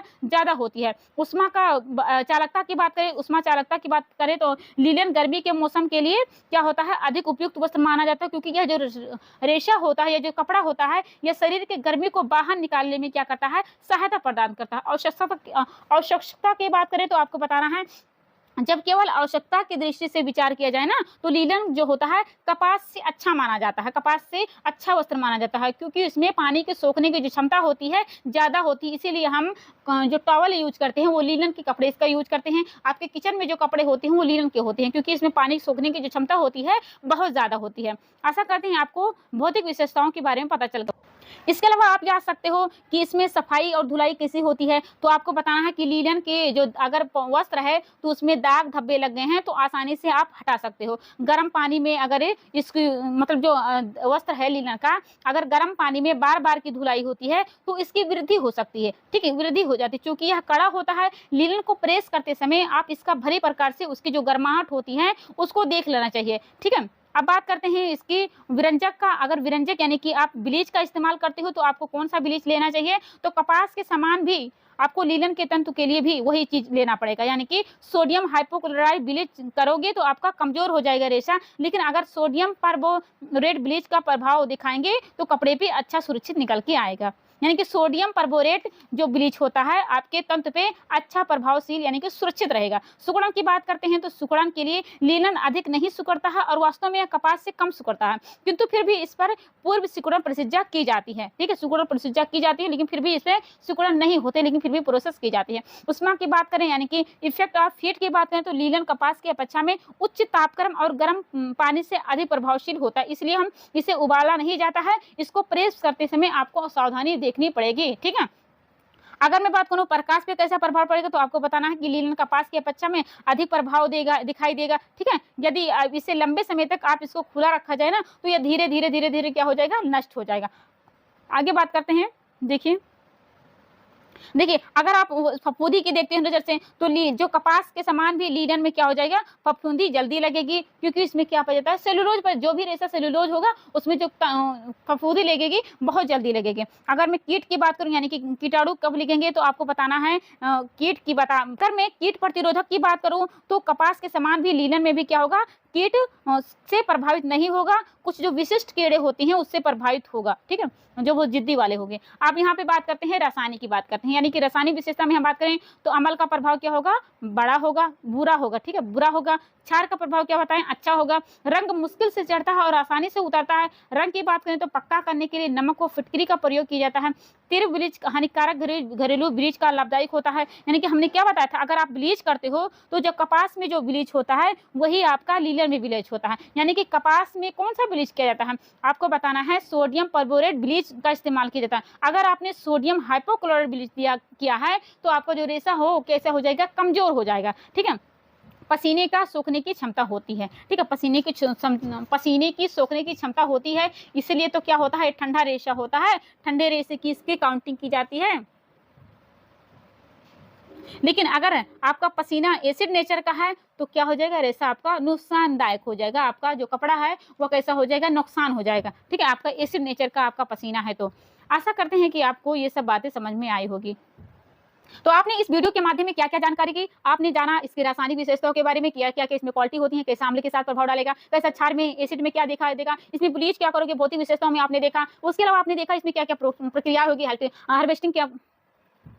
तो इस वीडियो के माध्यम से आपने बहुत सारा जाना इस लीलन के बारे में। आपने देखा कि लीलन कैसा रेशा होता है, प्राकृतिक होता है, नेचुरल होता है, वनस्पतिक होता है, सेल्यूलोजिक होता है, तने से प्राप्त होता है, इसका देश कहाँ वाला देश होता है, इसका जन्मभूमि देश कौन होता है, कहाँ ज्यादा उत्पादन किया जाता है, इसमें कौन सा गोद पाया जाता है, इसकी फसल कैसी होगी, इसमें क्या क्या प्रक्रियाएं होती है, कैसे आपके पास ये रेशा निकल के आता है, कैसे आप बीज लगाते हो, कौन से महीने में लगाते हो, ठीक है। इसके अलावा आपसे पूछा जाता है कि एसिड नेचर कैसे दिखाएगा, कौन सी ब्लीच करोगे, सबसे लंबा रेशा कौन सा होगा, ठीक है, इसका मेजरमेंट किसमें किया जाता है, सबसे छोटे रेशे को क्या कहा जाता है, सबसे बड़े रेशे को, ऐसे सब क्वेश्चन आपसे पूछे जा सकते हैं, ठीक है। अगर आपने सही से ध्यान से देखा है तो आपको पता चलेगा कि इससे संबंधित क्वेश्चन कैसे बनेंगे। अभी हम आगे क्वेश्चन देखेंगे कि क्वेश्चन आपसे कैसे पूछा जाता है। चलिए क्वेश्चन को देखते हैं, क्वेश्चन को समझते हैं। जो कुछ भी आपका छूट गया होगा अब यहाँ क्वेश्चन के फॉर्म में आप उसको समझ सकते हो। देखिए पूछा गया है लीलन तंतु के तने से प्राप्त होता है। ऑप्शन ए जूट का पौधा, ऑप्शन बी फ्लेक्स का पौधा, ऑप्शन सी कपास का पौधा, ऑप्शन डी हेम का पौधा। आपसे पूछा गया कि लीलन का जो तंतु होता है किससे प्राप्त होता है, पेड़ से, पत्ती से, छाल से, किससे तैयार होता है। आपको बताना है कि फ्लेक्स के पौधे से प्राप्त होता है, ठीक है, यानी कि पौधे से प्राप्त होता है। लेकिन जो तना वाला हिस्सा होता है आपके पेड़ से 3 प्रकार के रेशे तैयार होते हैं। एक तो होता है तने से प्राप्त होता है, और एक तो आपका बेज से तैयार होता है, और एक पत्तियों से तैयार होता है। लेकिन जो लीलन का होता है वो तने से प्राप्त होता है, लेकिन जो फ्लेक्स का पौधा होता है उससे प्राप्त होता है। लीलन का जो वनस्पतिक नाम होता है उससे आप बताएंगे लीनम यूसेटिटिसियम होता है। लीलन की जब खेती की जाती है ना तो उसका समय लगता है, कितना समय लगता है आप बताना होगा। 1 साल का समय लगता है। अगर दिन का पूछा जाए तो आप बताना 200 दिन का समय लगता है, ठीक है। लीलन की जब खेती की जाती है ना तो उसमें जब देखो कोई भी जब लगाते हो पेड़ तो आप पेड़ को खुद लगाते हो ना, यानी कि आप बीज लगाते हो, कुछ भी लगाते हो तब तो आपका तैयार होता है। जब लीलन को लगाया जाता है, खेती की जाती है तो 2 प्रकार से की जाती है। जब बीज लगाया जाता है कि जब बीज को जमीन में गाड़ा जाता है तो उससे क्या प्राप्त होता है, उससे जो बीज से प्राप्त होता है लीलन की जो फ्लेक्स का पौधा होता है, आपको बताना है जो लिनसीड का तेल होता है, जो आपके घर में पेंट आता है, पॉलिश आता है, चिकने कपड़े होते हैं, ये जब बीज लगाते हैं लीलन का तब वो तैयार होता है आपका, ये सब चीजें होती हैं। लेकिन जब दूसरी खेती की जाती है, यानी कि जब रेशा लगाते हैं लीलन का तो क्या निकल के आता है, 2 फूल निकल के आते हैं। एक होता है नीला फूल, ठीक है, एक होता है नीला फूल और एक होता है सफेद फूल। अगर सफेद फूल निकला है तो क्या होगा, लीलन अच्छी क्वालिटी होगा। लेकिन जब सफेद वाला फूल निकलेगा तो समझो कि लीलन की निम्न क्वालिटी होगा, ठीक है। तो हमने लीलन की खेती जब बताया कि 2 प्रकार से खेती की जाती है। जब बीज को लगाते हैं तो प्राप्त होता है लिनसीड का तेल, पेंट तैयार होता है, चिकने कपड़े हो गए, लिनोलियम हो गया, पॉलिश हो गया, ये प्राप्त होता है। लेकिन जब लीलन का जब रेशा लगाते हैं, ठीक है, यानी कि लीलन की जब खेती की जाती है, फ्लेक्स का जब पौधा लगाते हैं तो जब रेशे को लगाते हैं तो 2 फूल निकल के आते हैं। एक होता है नीला फूल होते हैं, एक होता है सफेद फूल। नीला फूल वाला पौधा कैसा होगा, ये उत्तम कोटि वाला लीलन होगा, और जब सफेद फूल वाला होगा वो कैसा रेशा होगा, वो निम्न कोटि वाला लीलन होगा, ठीक है। तो आपको यहाँ पे ये पूछा गया था कि लीलन तंतु के तने से प्राप्त होता है, आपको बताना था कि फ्लेक्स के पौधे से प्राप्त होता है। चलिए जो भी आपका छूट गया था मैं यहाँ क्वेश्चन के फॉर्म में आपको समझा दूंगी। अब यहाँ पे देखिए लिखा है सीसल कौन सा रेशा है, यानी कि प्राकृतिक है या फिर आपका कृत्रिम जगत का है। तो आपसे पूछा गया सीसल कैसा रेशा है, ऑप्शन ये है कृत्रिम रेशा, बी ऑप्शन है बीज वाला रेशा, सी ऑप्शन तने वाला रेशा, डी ऑप्शन होता है पत्ती वाला रेशा। तो सीसल कैसा रेशा होता है आपको बताना है, ये पत्ती वाला रेशा होता है। पीना सीसल पढ़ते हो ना, तो पीतल कैसा होता है, सीसल कैसा रेशा होता है, ये पत्ती वाला रेशा होता है। और इसका उपयोग जो होता है समुद्री जहाज में लंगर का रस्सा और जो औद्योगिक कल कारखाने होते हैं वहां पे किया जाता है। यानी कि जो बड़े पैमाने में जो किया जाता है, जो समुद्री जहाज होती है उसमें आपका सीसल का रस्सी बनाकर किया जाता है। रस्सी नहीं, उसके अलावा बहुत सारी चीजें बनाई जाती है, जैसे गद्दे हो गए, चटाई हो गई, चारपाई हो गई, ठीक है, जो रस्सी हो गई, इन सब का प्रयोग किया जाता है आपका सीसल वाला, यानी कि सीसल के तने से। वर्तमान में जो इसका प्रयोग हो जाता है ना बहुत सारी वस्तुओं को बनाने के लिए किया जाता है। ऐसा नहीं कि सिर्फ रस्सी या फिर किया जाता है, उससे कागज भी बनाया जाता है, ठीक है, चारपाई भी बनाई जाती है, बहुत सारे ऐसे प्रोडक्ट बनाए जाते हैं। तो सीसल कैसा रेशा होता है आपको बताना था, तो आपने क्या बताया, ये पत्ती वाला रेशा होता है, ठीक है। चलो देखा जाए अगला क्वेश्चन क्या है। अगला क्वेश्चन आपके पास है कपास के रेशे की लंबाई पूछेगा, यानी कि कपास के रेशे की लंबाई कितनी होती है। आपके पास क्वेश्चन है, यानी कि ऑप्शन है 1.5 से लेकर के 2.5 इंच, बी ऑप्शन है 1.5 से लेकर के 5 इंच, सी ऑप्शन होता है 1.5 से लेकर के 3.5 इंच, डी ऑप्शन होता है 12 इंच से लेकर के 20 इंच। आपसे कपास के रेशे की लंबाई पूछी गई है। देखो कपास कैसे रेशा होता है, आपने देखा है जो कपास के रेशे होते हैं उसका जो मापन होता है इंच में किया जाता है, यानी कि कैसा रेशा होता है, स्टेपल रेशा होता है, जो जिसका मापन किस में किया जाता है, तो 1.5 इंच से लेकर के 2.5 इंच का रेशा होता है। जो कैसा रेशा होता है, स्टेपल रेशा होता है, लेकिन प्राकृतिक जगत का रेशा होता है। ठीक है, इसे बहुत सारे नामों से जाना जाता है। कपास को व्हाइट गोल्ड के नाम से जाना, सफेद सोना के नाम से जाना जाता है, यूनिवर्सल फाइबर जाना जाता है, ह्यूमन फ्रेंडली फाइबर जाना जाता है, किंग ऑफ फाइबर कहा जाता है, कपड़ों का राजा कहा जाता है, यानी कि इस रेशे को बहुत सारे नाम से जाना जाता है। और जो आपका कपास होता है, हमने बताया था कॉटन, यानी कि कॉटन कहा जाता है कपास को ना, तो जो आपका कॉटन होता है वो अरबिक जो भाषा होता है उससे बना हुआ होता है, यानी कि ठीक है। और इसकी जो शुरुआत हुई थी जब 5000 साल पहले इस रेशे का प्रयोग में लाया, यानी कि अभी ये नया रेशा आपका बन के नहीं तैयार हुआ है, ये 5000 वर्ष पहले ही इस रेशे का प्रयोग किया जाता था। ठीक है, आपसे आपसे ये क्वेश्चन क्या पूछा गया था कि कपास की लंबाई कितनी होता है, तो आपको बताना है ये स्टेपल वाला रेशा होता है, यानी कि छोटा रेशा है, इसके मेजरमेंट इंच में किया जाता है, तो आपके बताएंगे 1.5 से लेकर के 2.5 इंच का रेशा होता है। चलते हैं अगले क्वेश्चन की तरफ। अब यहाँ पे देखिए अगला क्वेश्चन आपके पास है, यहाँ पे देखिए क्या पूछा गया है, जलने के पश्चात लीलन के तंतु की राख का रंग होता है, यानी कि जब जलता है आपका लीलन तो किस तरह से आपका यहाँ पे प्रदर्शित करता है। ऑप्शन ये है भूरा, बी ऑप्शन होता है काला, सी ऑप्शन होता है ग्रे, डी ऑप्शन होता है लाल। अब आपको बताना है कि क्या बताएंगे। देखिए जो लीलन होता है ना, इसमें फफूंदी बहुत जल्दी हो जाती है, ठीक है, और कीड़े भी बहुत जल्दी लगते हैं। नहीं, कीड़े इसमें जो आपका लीलन होता है इसमें कीड़े जल्दी नहीं लगते हैं, लेकिन हाँ फफूंदी जल्दी रहती है। लेकिन हाँ जब गीली अवस्था में होती है तो इसकी जो मजबूती रहती है लीलन की उसका 20% तक क्या हो जाती है, बढ़ जाती है। लेकिन जो आपका लीलन होता है वो हमने अभी आगे बताया था कि जो नीले फूल वाला होगा वो उत्तम श्रेणी वाला होगा, और जो सफेद वाला होगा वो निम्न क्वालिटी होगा। ठीक है, तो आपसे ये भी पूछा जा सकता है कि नीले रंग वाला फूल वाला लीलन जो होता है कैसा होता है, तो आपको बताना है कि सबसे अच्छा यानी कि उत्तम श्रेणी वाला लीलन कैसा होता है, नीले फूल वाला होता है। निम्न वाला कैसा होता है, सफेद रंग का होता है। अब यहाँ से आपसे पूछा गया जलने बाद कैसा होगा, आप बताना कि भूरा होता है, यानी कि जलने के पश्चात लीलन की जो तंत होती है उसका रंग कैसा होता है, आपको बताना है कि ये होता है भूरा रंग का होता है। साथ ही साथ में यहाँ पे आपको कुछ और बता देती हूँ, जो आपका लीलन रेशा होता है वो कैसा होता है, वो लंबा रेशा होता है, लेकिन लंबा रेशा होता है लेकिन नुकीला होता है, साथ ही साथ चिकना भी होता है और चमकदार होता है। जो आपकी लीलन की जो लंबाई होती है वो 10 से लेकर के 40 होती है। ठीक है, जिसकी लंबाई होती है 10 से लेकर के 40 होती है, लेकिन जो आपका लीलन होता है ना वो कम, जैसे आपका कपास में देखे थे कैसा रेशा था, ये किंग ऑफ फाइबर होता है। लेकिन हाँ लीलन को भी कम ना समझो, लीलन भी बहुत अच्छा होता है, लेकिन जो आपकी रेशम जैसी नहीं चमक होती है उसी प्रकार से लीलन की भी चमक होती है। ठीक है, चलो अगला देखा जाए। आपने लीलन के बारे में बहुत जाना कि लीलन की चमक कैसी होती है, जब ये लीलन गीला होगा तो 20% तक इसकी मजबूती बढ़ जाती है, इसमें कीड़े बहुत जल्दी लग जाते हैं लेकिन फफूंदी जल्दी नहीं लगती है, और ये ताप का अच्छा सुचालक होता है, जिसके कारण क्या होता है, इसके जलने पर कागज की जो गंध होती है ना उसी तरह इसकी गंध भी आती है, और गंध कैसा होगा तो कागज की तरह होगा, और जलने के बाद जो आपके पास प्रोडक्ट निकल के आएगा वो भूरा कलर के होगा। चलिए अब अगला क्वेश्चन देखते हैं। अब यहाँ पे आपके पास क्वेश्चन है कि तंतु जो ताप का अच्छा सुचालक है। ठीक है, अच्छा सुचालक यानी कि अब देखो अभी आगे क्वेश्चन देखा था कि लीलन वाला क्वेश्चन, तो हमने बताया था कि लीलन क्या होता है, ताप का अच्छा सुचालक होता है, यानी कि ताप का सुचालक होता है। तो अब यहाँ पे आपको बताना कि ऐसा कौन सा रेशा होता है। अब यहाँ पे आपको लीलन ऑप्शन नहीं दिया है, अब आपको बताना है कौन होता है। ऑप्शन ये है रेशम, बी ऑप्शन होता है ऊन, सी ऑप्शन होता है नायलॉन, डी ऑप्शन होता है कपास। देखो हमने बताया था कि जो आपका कपास का रेशा होता है और लीलन का रेशा कुछ मिलते जुलते हैं, यानी कि जैसा आपका कपास होता है ना गर्मी में पहनते हो वैसे लीलन को भी गर्मी में पहनते हो, क्योंकि ताप का सुचालक होता है। सुचालक मतलब कि आप ठंडे में पहनोगे, सुचालक मतलब कि उसे गर्मी में पहनोगे। ठीक है, यानी कि जो ठंडक प्रदान करता है उसे आप कहोगे सुचालक, और जो गर्मी प्रदान करेगा वो कहेगा कि कुचालक होता है। तो आपका कपास क्या होता है, ये ताप का अच्छा सुचालक होता है। कुचालक की बात करें तो आपका ऊन होता है, आपका रेशम होते हैं ना, तो ये सब कैसे रेशे होते हैं, आपके कुचालक होते हैं। लेकिन जो आपका कपास होता है ये ताप का अच्छा सुचालक होता है, जिससे आपको गर्मी के मौसम में पहनने पर गर्मी नहीं लगी, बल्कि आपको क्या होगा, शीतलता, यानी कि आपको अच्छा अनुभव होगा। ठीक है, यानी कि जो सूती में जो आपका कपास को क्या कहोगे, सूती वस्त्र कहोगे। सूती वस्त्र में ताप की जो सहने की क्षमता होती है बहुत ज्यादा होती है, इसलिए आप क्या करो, इसे उबलते हुए पानी में आकर डालकर धोया जाए ना तो ये क्या करेगा, ये विसंक्रमित किया जा सकता है। ठीक है, तो आपका क्या ऑप्शन हो जाएगा, तंतु को जो ताप का अच्छा सुचालक होता है वो आपका होता है कपास होता है। ठीक है, बाकी क्या होते हैं, कुचालक होते हैं। अब यहाँ पे देखिए वस्त्रों रेशे को राजा किसे कहा जाता है, यानी कि वस्त्रों का राजा किसे कहा जाता है। आपसे रेशे के कहा जाए या फिर वस्त्रों का कहा जाए, बात एक ही है। ऑप्शन ये है लीलन, बी ऑप्शन है रेशम, सी ऑप्शन है कपास, डी ऑप्शन है जूट। हमने आपको ये क्वेश्चन मैंने आपको ये बातें पहले ही बता दिया है कि वस्त्रों का राजा किसे कहेंगे, वस्त्रों की रानी किसे कहेंगे। अगर वस्त्रों की रानी कहे तो आप रेशम को बताना, अगर वस्त्रों का राजा कहे तो आप किसे बताओगे, कपास को बताओगे। यानी कपास क्या होता है, किंग ऑफ फाइबर होता है, कपास को वस्त्रों का राजा कहा जाता है। या कपास जो आपका होता है या प्राकृतिक जगत के जो तंतु वाला रेशा होता है उससे प्राप्त होने वाला होता है। तो आप क्या जाने, कपास क्या होता है, जो बीज से प्राप्त होता है। ठीक है, तो आप यहाँ पे क्या हो जाएगा, आपका option C option is the right answer हो जाता है। चलते हैं अगले क्वेश्चन की तरफ। अब यहाँ पे देखिए आपसे क्वेश्चन क्या पूछा गया है कि मोटाई बरकरार रखने के लिए सूत की क्षमता होती है। ऑप्शन ये है लचीलापन, ऑप्शन सी है विकेबिलिटी, सी ऑप्शन होता है लाफ्ट, सी डी ऑप्शन होता है प्रतिस्पंदन। मोटाई बरकरार रखने के लिए सूत की क्षमता होती है। आप क्या बताओगे कि लाफ्ट होती है, यानी कि आपका C option is the right answer हो जाता है। चलते हैं अगले क्वेश्चन की तरफ। देखिए अब आपके पास क्वेश्चन क्या है।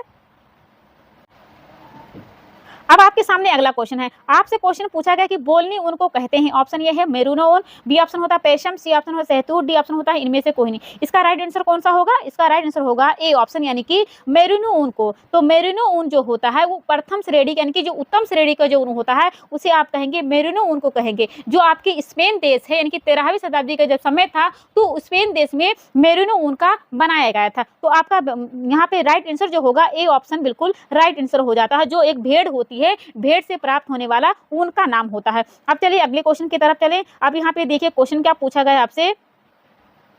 अब देखिए क्वेश्चन क्या पूछा गया कि स्काउरिंग का प्रयोग होता है। जो स्काउरिंग होती है वो किसका प्रयोग किया जाता है? आपके पास ऑप्शन ये है कि ऊन में, बी ऑप्शन होता है रेशम में, सी ऑप्शन होता है रेयान में, डी ऑप्शन होता है नायलॉन में। आपको बताना है, आप बताओगे जो ऊन वाला होता है ऊन में क्या किया जाता है? स्काउरिंग का प्रोसेस किया जाता है। जब छटाई करते हो, छटाई के जो दौरान जो ऊन की सफाई होती है, धुलाई होती है, घिसाई की जाती है, ये आपका स्काउरिंग में की जाती है। ऊन के रेशे में पसीना, चिकनाई, धूलकड़ और जो अन्य गंदगी होती है उसमें उपस्थित होते हैं आपके ऊन में, ठीक है। तो उन सब चीजों को साफ करने के लिए क्या किया जाता है? स्काउरिंग किया जाता है। आपसे ये भी क्वेश्चन पूछा जा सकता है कि ऊन में मौजूदा जो चिकनाई होती है, धूलकड़ होते हैं, गंदगी होती है, उसको निकालने की जो प्रक्रिया की जाती है क्या कहा जाता है? आपको बताना है कि स्काउरिंग की जाती है। गंदगी को हटाना ही क्या कहलाता है? स्काउरिंग कहला जाता है। इसमें बहुत सारी विधियों को इस्तेमाल किया जाता है। पहले सब साबुन का घोल बनाएंगे, ठीक है, वाष्पिक घोल बनाएंगे, कार्बोनाइजिंग करेंगे, ठीक है। तो बहुत सारे प्रोसेस करते हैं, 3 प्रकार के वैसे प्रोसेस करके जो स्काउरिंग की प्रक्रिया की जाती है ऊन में, खास करके ऊन में की जाती है। स्काउरिंग के जो गंदगी के हटाने के काम आती है। तो आपका यहाँ पे राइट आंसर हो जाएगा ए ऑप्शन, बिल्कुल राइट आंसर हो जाता है।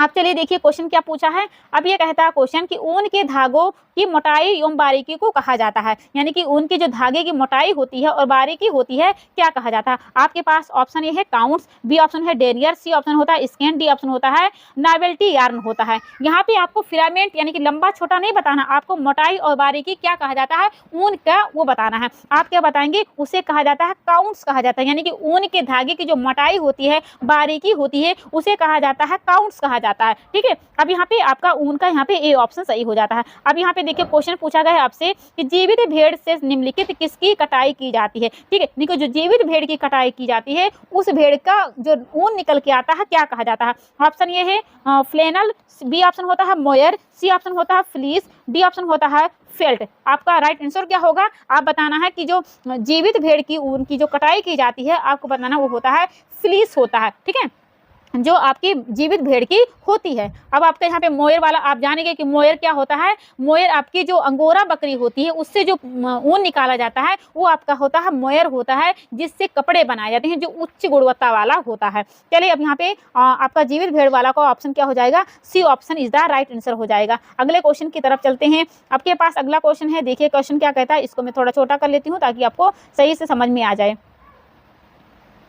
क्वेश्चन कहता है कि निम्नलिखित वाक्यों में से सही वाक्य का चुनाव करिए। ऑप्शन ए ऊन में केराटिन प्रोटीन पाया जाता है, ऑप्शन दूसरा है ऊन में गंधक होता है, तीसरा होता है गीला होने पर ऊन की मजबूती कम हो जाती है, चौथा है आपके पास ऊन पर क्षार का दुष्प्रभाव नहीं होता है। अब आपको बताना है, आप क्या बताएंगे? चलिए फटाफट से आप बताइए। देखिए हमने जब ऊन के बारे में बताया था तो हमने क्या बताया था कि आपके बाल में क्या पाया जाता है? केराटिन प्रोटीन पाया जाता है। तो ऊन के प्रोटीन को क्या कहा जाता है? केराटिन पाया जाता है। तो आपका ये ऑप्शन सही हो जाएगा। उसके बाद में दूसरा लिखा है ऊन में गंधक होता है। तो हमने ऊन का जब बताया था तो उसमें ये भी बताया था कि ऊन में कितना गंधक पाया जाता है, कितना सल्फर पाया जाता है। आपको बताना है 4% तक के पाया जाता है। हमने जो भी पीछे बताया था उसको आपको याद रखे रहना, तभी तो यहाँ पे क्वेश्चन आप हल कर पाओगे। तो हमने यही बताया था कि ऊन में गंधक यानी कि सल्फर की मात्रा 4% तक होती है। अब तीसरा में देखिए लिखा है, तो आपका ये दूसरा तो सही हो, पहला फिर से करते हैं, आपको बताते हैं।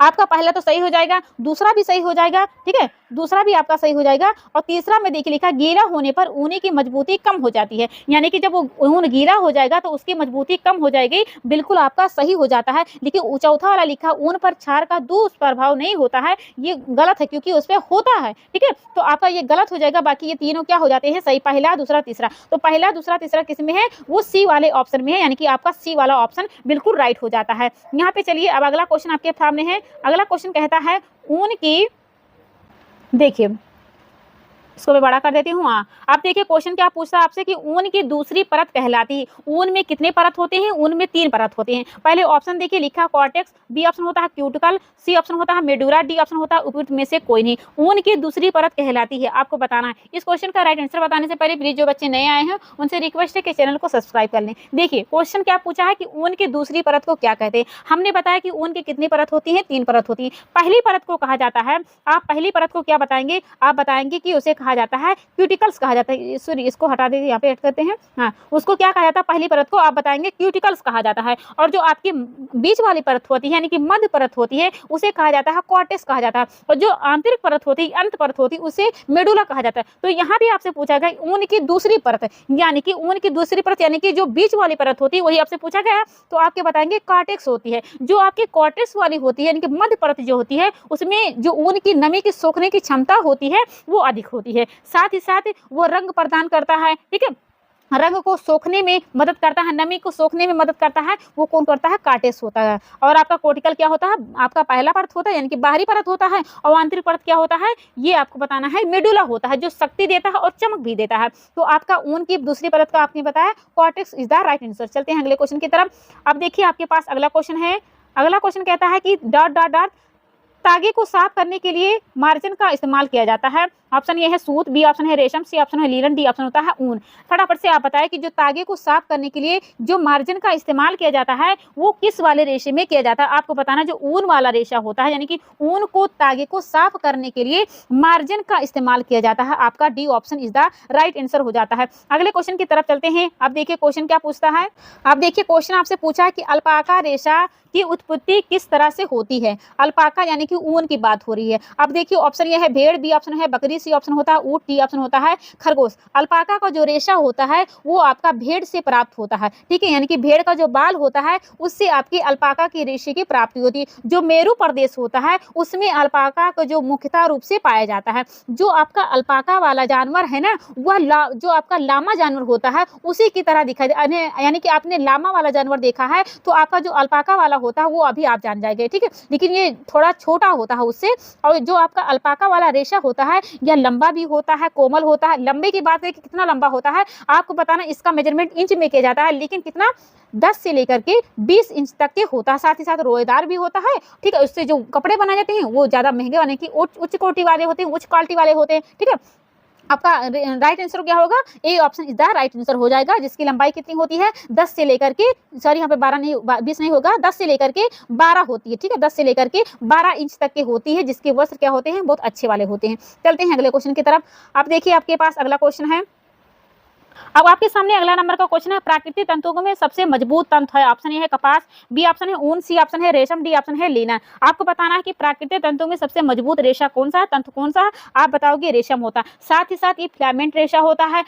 इसका मेजरमेंट जो किया जाता है मीटर में किया जाता है। जो बॉम्बिक्स नाम की कीड़ी होती है, कीड़ा होता है, उससे आपको रेशम की उत्पत्ति होती है। रेशम की अगर मैं बात करूं कि इसमें कौन सा गोद पाया जाता है, आपको बताना है इसमें गोद जो होता है वो होता है सेरेसिन गोद होता है। और आपको बताना है कि इसमें कौन सा प्रोटीन पाया जाता है, आपको बताना है इसमें फाइब्रिन प्रोटीन पाया जाता है। अगर मैं बात करूं कि इसमें जो ऊन में कौन सा प्रोटीन पाया जाता है तो आप बताओगे केराटिन प्रोटीन पाया जाता है। लीलन में कौन गोद पाया जाता है, आपको बताना है पेक्टिन गोद पाया जाता है। अगर रेशम की गोद की बात करें तो आपके बताएंगे सेरेसिन गोद पाया जाता है। ठीक है, जो बॉम्बिक्स बोरी के नाम के कीड़े से प्राप्त होता है, जो सहतूत यानी कि मलबरी की पत्तियों को खा करके हमको देती है। रेशम के कीड़े का पालन करना क्या कहलाता है, सेरीकल्चर कहलाता है। अगर यहाँ पे पूछा जाता है कि रेशम का जो जन्मदाता देश है कौन सा है, आप बताते चीन है। ठीक है, हमने आपको बताया था कि चीन के रानी की स्टोरी कि कैसे रेशम की जो रेशा होता है वो कैसे प्राप्त किया गया था। ठीक है, अब चलते हैं, आपका यहाँ पे जो राइट आंसर निकला है C option is the right answer.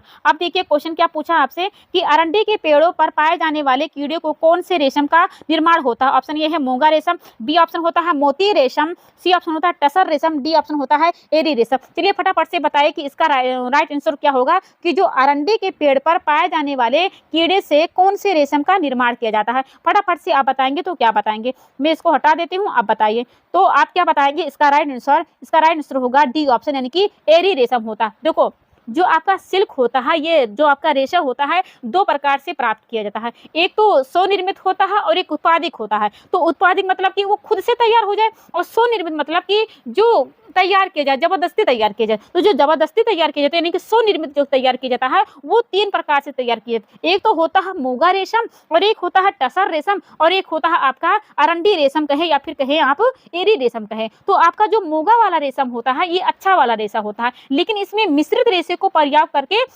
कपड़े को बनाया जाता है, जिसका रंग कैसा होता है, पीला रंग होता है। लेकिन ये जो आपका ओक का पेड़ होता है ना, उससे आपका मूंगा का रेशम का तैयार किया जाता है। और जो आपका टसर रेशम होता है वो खास करके जो बतूल का पेड़ होता है उसमें तैयार किया जाता है, लेकिन इसका रंग कैसा होता है आपको बताना है, भूरा रंग का होता है। भारत में, चीन में, बिहार में टसर रेशम का प्रयोग ज्यादा, उत्पादन ज्यादा किया जाता है। अब यहाँ पे जानो, आपका अरंडी कहे या फिर एरी रेशम कहे, तो जो अरंडी का पेड़ होता है वो होता है एरी रेशम होता है। साथ ही साथ सफेद भी होता है, पीला भी होता है, और कैसा होता है, मुलायम वाला रेशा होता है। तो आपको स्वनिर्मित रेशे में तीन प्रकार के होते हैं, मूंगा हो गया, टसर हो गया, और आपका होगा एरी रेशम होगा। उत्पादित रेशे में आपके दो होते हैं, एक को आ जाता है लपेटा हुआ और एक होता है कटा हुआ। तो लपेटा हुआ यानी कि इसमें जो रेशा होगा वो ऐठन कम रहेगा और बिना ऐठन वाला होगा, लेकिन जो कटा हुआ वाला होगा वो निम्न क्वालिटी वाला होगा और अधिक ऐठन वाला होगा। रंग कैसा होता, फूल भूरे रंग का होगा, यानी कि पीला और भूरे रंग का होगा। तो आपसे अरंडी के बारे में पूछा गया, तो अरंडी के पेड़ से प्राप्त होता है एरी रेशम होता है। अरंडी कहे या फिर एरी कहे एक ही बात है। साथ ही साथ यहाँ पे ये भी बात रखो, जो बंगाल देश है, असम देश है, इसमें आपकी अरंडी जो उत्पादन किया जाता है ज्यादा मात्रा में किया जाता है। चलिए अगला क्वेश्चन की तरफ चलते हैं। अगला क्वेश्चन आपके सामने है।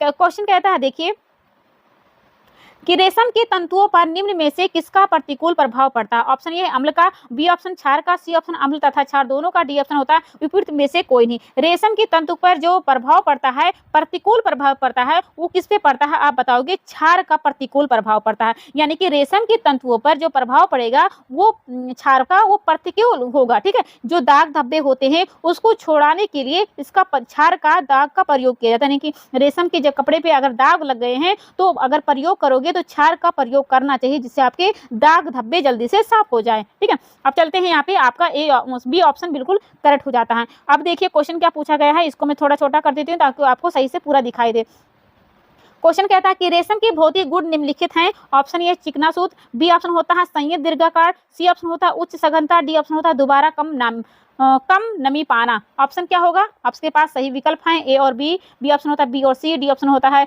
सी ऑप्शन होता है सी और डी ऑप्शन होता है ए और डी। आपको सिर्फ इन चार ऑप्शनों में से सिर्फ आपको दो ही लेना है। आप दो लोगे तो कौन सा लोगे, चलिए फटाफट से आप इसका बताइए। तो रेशम का जो भौतिक गुण होता है वो कौन सा होगा, वो चिकना होगा और साथ ही साथ कैसा होगा, संयत दीर्घाकार होगा। तो मैं कौन सा ऑप्शन लूंगी, ए और बी, यानी कि ए और बी किसमें है, ए वाले ऑप्शन में है। तो इसका राइट आंसर होगा ए और बी, बिल्कुल सही हो जाता है। उच्च सघनता, दोबारा कम पानी, ये आपका सही से ऑप्शन नहीं होगा। चलिए फटाफट से आप राइट आंसर बताते चलिए। अब यहाँ पे देखिए क्वेश्चन आपसे पूछा गया है कि रेशम, अब आपके सामने अगला क्वेश्चन है कि रेशम के धागे के उत्पादन के लिए कोया कोकिन को प्रसंस्करण के चरणों को सही क्रम में व्यवस्थित कीजिए। ऑप्शन कताई है, बी ऑप्शन गोद छुड़ाना, C option throwing, D option भारत करना, सी ई ऑप्शन छटाई करना, या ऑप्शन है रील बनाना। अब आप बताएंगे कि रेशम का जब उत्पादन किया जाता है तो कैसे कैसे प्रोसेस किया जाता है। देखो सबसे पहले क्या करते हैं, जब आपके पास कोकिन निकल जाता है, कोवा पाए जाते हो आप, तो क्या करते हो, सबसे पहले उसकी छटाई करते हो। ठीक है, यानी कि छटाई यानी कि साफ करते हो, कौन आपका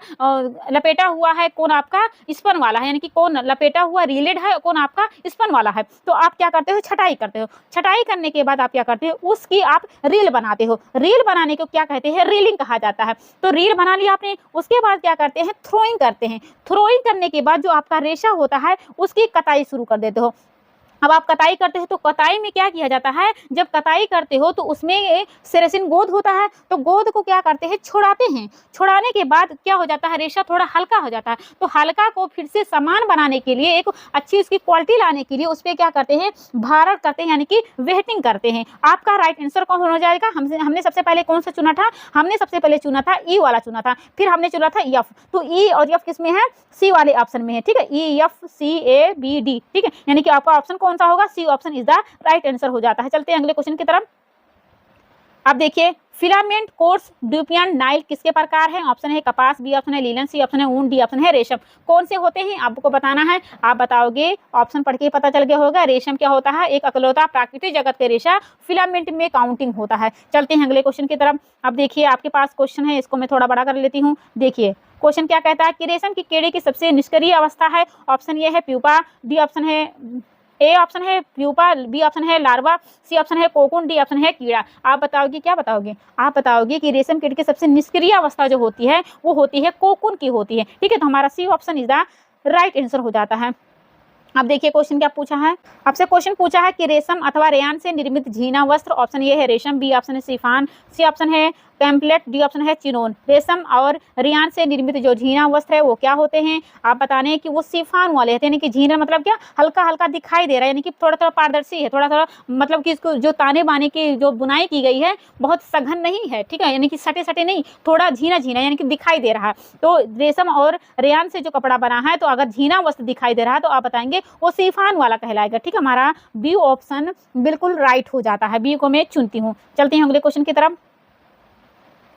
आप तो रेशम को जानते हो कि वस्त्रों की रानी कहलाता है। ठीक है, अब देखिए यहाँ पे क्वेश्चन क्या पूछा गया है, रेशम एक रेशा तंतु है, कैसा रेशा तंतु है, ऑप्शन है सेल्यूलोज, बी ऑप्शन है खनिज युक्त, सी ऑप्शन है प्रोटीन, डी ऑप्शन होता है धातु युक्त। आप क्या बताओगे, रेशम एक रेशा तंतु है, आप बताना कि वो प्रोटीन युक्त रेशा होता है। प्रोटीन कैसा पाया जाता है, आपने शुरू में जान ही लिया, कौन सा हाइब्रिन प्रोटीन पाया जाता है, गोद कैसा पाया जाता है, सेरेसिन पाया जाता है। ठीक है, सेल्यूलोज की बात करें तो सेल्यूलोज में तना हो गया, आपका लीलन हो गया, आपका कपास होगा, कापोस, ये कैसा रेशा होता है, सेल्यूलोज वाला होगा।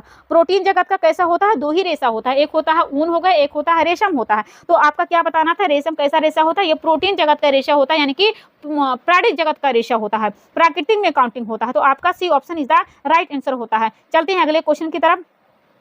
अब देखिए अगला क्वेश्चन है, रेयान रेशे का व्यास निर्भर करता है, ऑप्शन है कच्ची सामग्री पर, बी ऑप्शन होता है आपके पास है कोलाइडल घोल पर, सी ऑप्शन होता है स्पिन रेट के छिद्रों पर, डी ऑप्शन होता है रेशे को खींचने की गति पर। चलिए फटाफट से इसका राइट आंसर बताइए कि इसका राइट आंसर क्या हो जाए।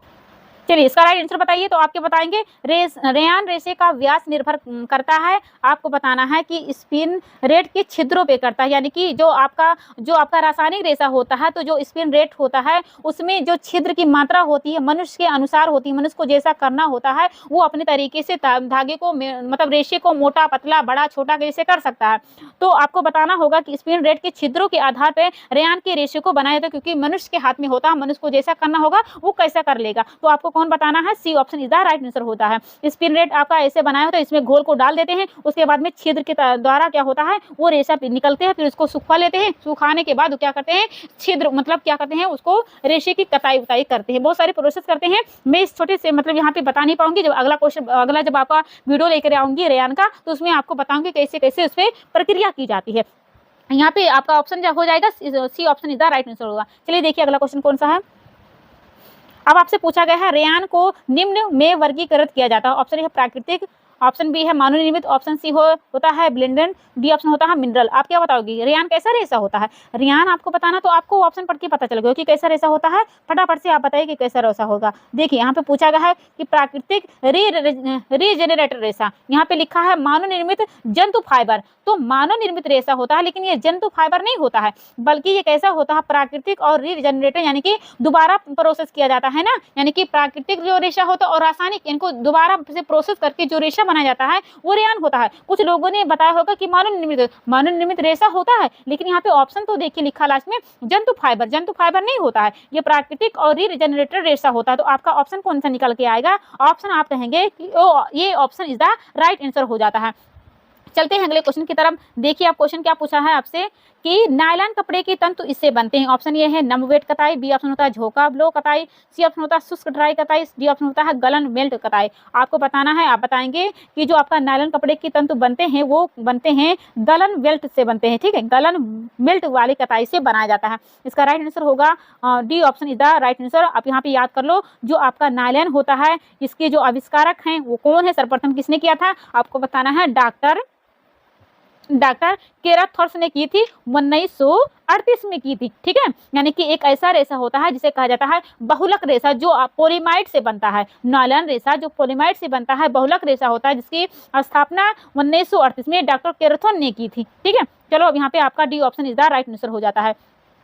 अब देखिए क्वेश्चन क्या पूछा आपसे, कहता है कि निम्न में से कौन सा मानव निर्मित फाइबर है जो गैर सेल्यूलोजिक है। ऑप्शन ये है नायलॉन, बी ऑप्शन होता है रेयान, सी ऑप्शन होता है एसीटेट, डी ऑप्शन होता है ट्राई एसीटेट होता है। आपको इसका राइट आंसर बताना है। आप क्या बताएंगे, फटाफट से इसका राइट आंसर होता है। आप बताओगे कि नायलॉन वाला होता है, यानी कि आपका ए ऑप्शन बिल्कुल राइट आंसर हो जाता है। अब अपने क्वेश्चन की श्रृंखला यहाँ पे समाप्त करती हूँ। हमें आशा है कि आपको हमारी क्लास समझ में आई हो। अगर अच्छी लगी हो तो प्लीज़ लाइक करिएगा, सब्सक्राइब करिएगा, शेयर करिएगा। कुछ भी अगर बात हो तो कमेंट बॉक्स में लिखिए, मत भूलिएगा। मिलते हैं कल एक नई क्लास में, तब तक के लिए take care and bye bye.